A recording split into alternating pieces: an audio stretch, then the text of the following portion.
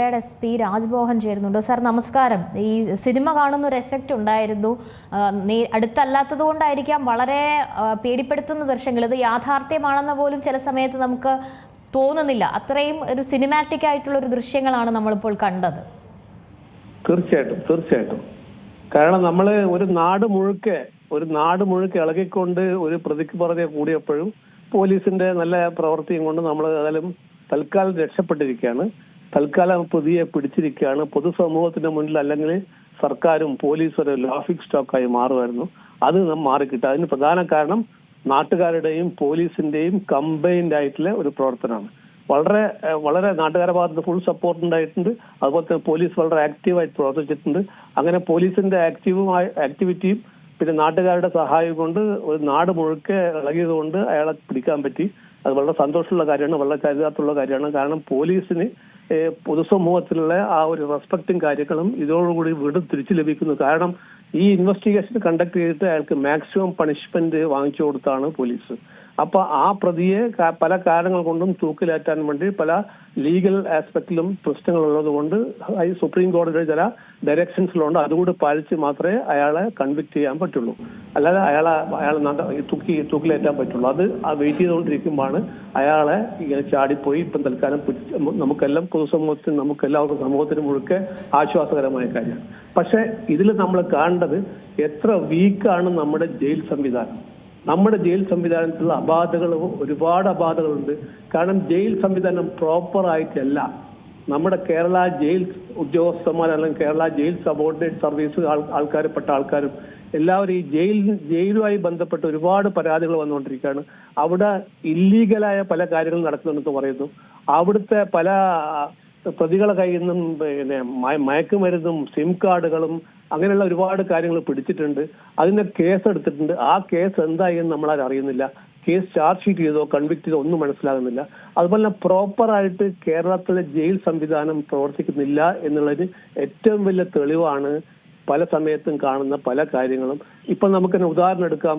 ഷെറീൻ എന്നൊരു അക്യൂസ്ഡ് കൺവിക്റ്റഡിന് അവർക്ക് special permission കൊടുത്ത് അവർ പുറത്തു വന്നിരിക്കുകയാണ്. ഇപ്പോൾ ഒരു ഗവൺമെന്റ് മുഴുക്കെ ഒരു കൺവിക്റ്റിന് വേണ്ടി പറയാൻ കൂടിയിരിക്കുകയാണ്. അവർക്ക് 600ഓളം ദിവസം അവർക്ക് പരോള് കൊടുത്തിട്ടുണ്ട്. അപ്പൊ അതിനുശേഷം അവർക്ക് ഒരു സ്പെഷ്യൽ കാറ്റഗറിയിൽ പെടുത്തിയിട്ട് അവരെ ഇപ്പം വിടുതൽ ചെയ്തിരിക്കുകയാണ്. അപ്പൊ പോലീസ് ശരിക്കും ഇൻവെസ്റ്റിഗേറ്റ് ചെയ്ത് ഒരാളെ കൺവിക്ഷൻ വാങ്ങിച്ചു കൊടുക്കുമ്പോൾ ആ കൺവിക്ഷൻ പ്രോപ്പറായിട്ട് ആ കൺവിക്റ്റിനെ പ്രോപ്പറായിട്ട് ജയിലിനകത്ത് പരിപാലിക്കാനും അതുപോലെ ജയിലിനകത്ത് വളരെ എല്ലാ ചട്ടങ്ങളും പാലിച്ചുകൊണ്ട് അവരെ അവിടെ നടപടിക്രമങ്ങൾ ചെയ്യാനും ജയിൽ വകുപ്പ് തയ്യാറാകുന്നില്ല. അത് ഇനി ഭാവിയിലെങ്കിലും നമ്മുടെ ജയിൽ വകുപ്പിനെക്കുറിച്ചല്ല ഒരുപാട് പരാതികളുണ്ട്. ഈ പരാതികൾ പല കാരണങ്ങൾ കൊണ്ടാണ് നിയമവിരുദ്ധമായ കാര്യങ്ങൾ ജയിലിൽ നടക്കുന്നത്. അത് സ്റ്റാഫ് കുറവുള്ളതുകൊണ്ട് പിന്നെ പൊളിറ്റിക്കൽ ഇൻഫ്ലുവൻസ് കൊണ്ട്. കാരണം ജയിൽ ഉപദേശ സമിതി എന്ന് പറയുന്നത് ഒരു പൊളിറ്റിക്കൽ ടൂളാണ്. സാധാരണ ഗവൺമെന്റ് വന്ന ഒരു ജയിൽ അഡ്വൈസറി ബോർഡ് ഉണ്ടാവും. ഈ ജയിൽ അഡ്വൈസറി ബോർഡ് സ്വാഭാവികമായിട്ട് ഭരിക്കുന്ന പാർട്ടിയുടെ ആൾക്കാർക്കായിരിക്കും. അപ്പൊ അങ്ങനെ ആകുമ്പം ആ ഭരിക്കുന്ന പാർട്ടിയുടെ പ്രതികൾ ഉണ്ടാവും. അവർക്കൊക്കെ ഇഷ്ടം പോലെ പരോള് കിട്ടും. നമുക്ക് തന്നെ അറിയാം, ഈ TP ചന്ദ്രശേഖരൻ കേസിലത്തെ പ്രതികളൊക്കെ എത്ര പ്രാവശ്യം പരോളിൽ ഇറങ്ങിയെന്നും നമ്മൾ കണക്ക് കണ്ട് മനസ്സിലായതാണ്. അപ്പൊ ഇതൊക്കെയാണ് നമ്മുടെ ജയിലിനകത്ത് നടക്കുന്നത്. ജയിലിനകത്ത് ഒരുപാട് കൊള്ളരുതായ്മകൾ നടക്കുന്നുണ്ട്. ജയിൽ സംവിധാനം കുത്തഴിഞ്ഞ് കിടക്കുകയാണ്. അത് ഇനിയെങ്കിലും ഭാവിയിൽ അത് റെക്ടിഫൈ ചെയ്ത് ജയിൽ സംവിധാനം കുറെ കൂടി പരിഷ്കരിച്ചുകൊണ്ട് കുറെ കൂടി സ്ട്രിഞ്ചന്റ് ആയിട്ട് കാര്യങ്ങൾ ചെയ്യാൻ പറ്റണം എന്നാണ് എനിക്ക് തോന്നുന്നത്. ദുരൂഹത എന്ന് പറയുന്നത് ഒരു കയ്യേ ഉള്ളൂ ഈ ഗോവിന്ദചാമിക്ക്. ആ ഒരു 7.5 മീറ്റർ ഉയരത്തിലുള്ള മതില് ചാടിക്കടക്കാൻ അല്ലെങ്കിൽ ഈ പറയുന്ന പോലീസ് വിശദീകരിക്കുന്ന രീതിയിലാണ് ഈ ഗോവിന്ദചാമി ചാടിയിട്ടുള്ളതെങ്കിൽ ഇയാളൊരു അസാധാരണ മനുഷ്യനല്ലേ? തീർച്ചയായിട്ടും അയാൾ അസാധാരണ മനുഷ്യനാണല്ലോ, ഒരു സംശയമില്ല. കാരണം ഒറ്റക്കയ്യനാണെങ്കിലും അയാൾ ചെയ്ത കാര്യങ്ങളൊക്കെ അസാധാരണ മനുഷ്യൻ തന്നെയാണ്. അപ്പം അവിടുന്ന് ചാടിപ്പോയിട്ട് ചില സമയം ഈ പറഞ്ഞ കഥ ശരിയായിരിക്കാം. കാരണം അയാളതിന്റെ കപ്പാസിറ്റിയുള്ള അയാളിപ്പം കിണറിൽ നിന്ന് കയറി വരുന്ന നമ്മൾ കണ്ടതാണ്. കിണറിൽ ഒളിച്ചിരിക്കാൻ വേണ്ടി സാധാരണക്കാർക്ക് പറ്റില്ല. അപ്പം അത്തരത്തിൽ ചെയ്യുന്ന ഒരു പ്രതിയാണെന്ന് നമുക്ക് എല്ലാവർക്കും അറിയുന്ന കാര്യമാണ്. അല്ലെങ്കിൽ അയാൾ ഈ കൺവിക്ഷൻ ഈ കേസിൽ പെടില്ലല്ലോ. അപ്പം വളരെ അസാധാരണമായ കാര്യങ്ങൾ ചെയ്യുന്ന ഇത്തരത്തിലുള്ള പ്രതികൾ ഉണ്ടാകുമ്പോൾ അവരെ പ്രോപ്പറായിട്ട്, പ്രത്യേകിച്ച് ഇങ്ങനെയുള്ള കൺവിക്ഷൻ കിട്ടിയ ആൾക്കാരെ പ്രോപ്പറായിട്ട് ഗൈഡ് ചെയ്യാനും അവർക്ക് ഫ്രീഡം കൊടുക്കാതെ അവർക്ക് സ്ട്രിഞ്ചന്റ് ആയിട്ട് കാര്യങ്ങൾ ചെയ്യാനും പറ്റുന്ന ഒരു സംവിധാനം നമ്മുടെ ജയിൽ സംവിധാനത്തിൽ വേണം. അത് കുറെ കൂടി ഈ എഫിഷ്യന്റ് ആയിട്ട് നമ്മളെ സംവിധാനം ചെയ്യുന്നില്ല എന്നാണ് എനിക്ക് പറയാനുള്ളത്. സർ, ഇനി എന്തെങ്കിലും തുടർ നടപടികൾ ഉണ്ടാവുമോ? കാരണം ഇപ്പോൾ പോലീസിന്റെ ഭാഗത്തുനിന്ന് ഒരു വീഴ്ചയാണ് സംഭവിച്ചിരിക്കുന്നത്. അപ്പോൾ ഒരു ജയിൽ മാറ്റാനുള്ള സാഹചര്യമോ അങ്ങനെ എന്തെങ്കിലും ഉണ്ടാകുമോ? തീർച്ചയായിട്ടും ഇനിയെങ്കിലും നമ്മുടെ പോലീസ് ഈ സംവിധാനങ്ങൾ കുറെ കൂടെ ഉണർന്ന് പ്രവർത്തിക്കണം എന്ന് മാത്രമല്ല, ജയിൽ ADGP ഒക്കെ ഉണ്ട്.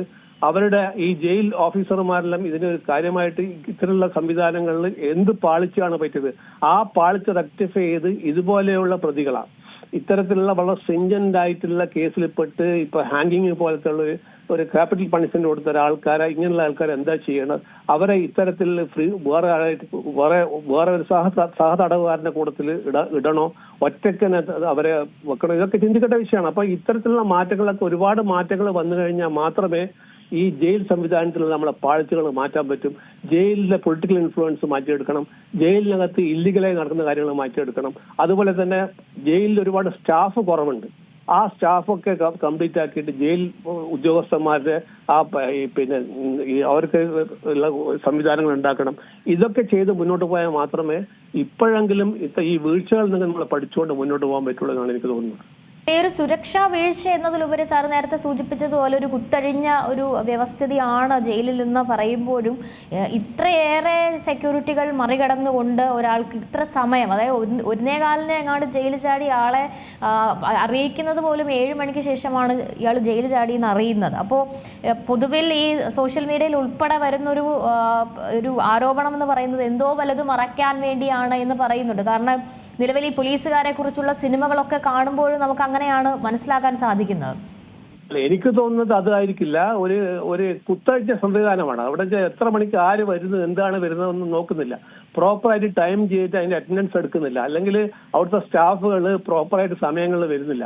ഒരുപാട് അപാകതകളുണ്ട്. ചില സമയം നിങ്ങൾ പറഞ്ഞ മാതിരി ഇങ്ങനെ സപ്പോർട്ട് കിട്ടിക്കാണും. പക്ഷെ അതല്ല, എനിക്ക് തോന്നുന്നത് അവിടുത്തെ കുത്തഴിഞ്ഞ സംവിധാനമാണ്, ഭരണ സംവിധാനം. അവിടെ ചില സമയം സൂപ്രണ്ട് വരുന്നതിന് മുമ്പേ ബാക്കി ആൾക്കാർ വരുമോ, അല്ല സ്റ്റാഫുകൾ വരുമോ, അവർ പ്രോപ്പറായി നോക്കുന്നുണ്ടോ, പ്രോപ്പറായി കൗണ്ട് ചെയ്യുന്നുണ്ടോ, കാലത്ത് തന്നെ എല്ലാ കാര്യങ്ങളും കൊടുക്കുമ്പോൾ അവർക്ക് എല്ലാം കൺവിക്റ്റഡ് ഉണ്ടോ എന്നുള്ള കാര്യം നോക്കാൻ വേണ്ടി സമയാസമയങ്ങൾ ചെയ്യുന്നുണ്ടോ, നൈറ്റ് ഡ്യൂട്ടി ചെയ്യുന്ന ആൾക്കാർ ചെയ്യുന്നുണ്ടോ, ഇതൊക്കെ ഒരുപാട് സംശയങ്ങളാണ്.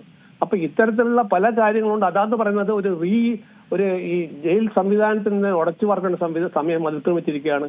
ഇത്തരത്തിൽ മുന്നോട്ട് പോയാൽ നമ്മൾ ജയിലിനകത്ത് ഇനി കൂട്ടുകേടിയും വേറെ നമ്മളൊക്കെ സിനിമയിൽ കാണുന്നമാരൊക്കെ അവിടെ വേറെ പല കാര്യങ്ങളൊക്കെ ഉണ്ടാവാൻ സാധ്യതയുണ്ട്. അപ്പം ഇനിയെങ്കിലും ഗവൺമെന്റും ഈ ജയിൽ ഡിപ്പാർട്ട്മെന്റും പൊതുസമൂഹവും എല്ലാം ഒത്തൊരുമിച്ച് പ്രവർത്തിച്ചുകൊണ്ട് ഇനിയെങ്കിലും ജയിലിനകത്തിൽ ഇത്തരത്തിൽ സംവിധാനങ്ങൾ കുറെ കൂടെ എഫിഷ്യന്റ് ആയിട്ട് നാം ജയിൽ സംവിധാനം മാറ്റണമെന്നാണ് എനിക്ക് തോന്നുന്നത്. ശരിയാണ് സർ, വളരെ നന്ദി ഈ ഘട്ടത്തിൽ പ്രതികരിച്ചതിന്. ഏറ്റവും പുതിയ വാർത്തകളും വിശേഷങ്ങളും വിരൽ തുമ്പിലറിയാൻ സീ മലയാളം ന്യൂസ് എല്ലാ ഡിജിറ്റൽ പ്ലാറ്റ്ഫോമുകളിലും ലഭ്യം.